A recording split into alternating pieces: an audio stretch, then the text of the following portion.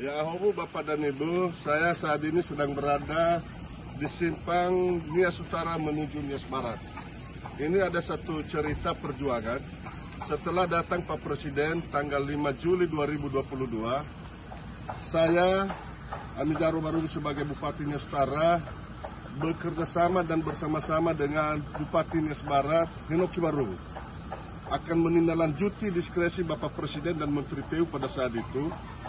Dan saya bersaksi bahwa saya dan bersama Henoki berjuang keras, baik secara administrasi, komunikasi, dan lobby.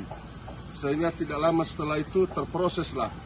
Dan progresnya sampai saat ini, dari Nias Utara sudah mulai diaspal, dan pembangunan jembatan Noyo sedang dikerjakan. Menurut komunikasi di pihak ketiga, bahwa diperkirakan di awal 2025 pekerjaan ini bisa selesai, dan bisa terakses mobilisasi masyarakat dari Nias Utara menuju Nias Barat dan dari Nias Barat menuju Nias Utara.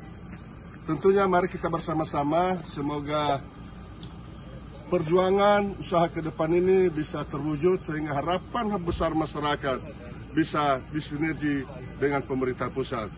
Saya sebagai Bupati Nias Utara pada saat itu, ya, dan saat ini bersaksi bahwa Henoki Baru bersama dengan saya terus berjuang pada saat itu, dan perjuangan ini mari kita melanjutkan agar harapan masyarakat yang lebih besar kita bisa mencapai. Luar biasa, dari hutan sebelumnya ini sudah dibuka, sudah terakses roda 4 sampai jembatan Noyo. Bupati Nias Barat, Henoki Baru, semangat terus. Ya, mari kita bersama menjadi berkat di Kepulauan Nias, Nias Utara, dan Nias Barat. Ya, Bu.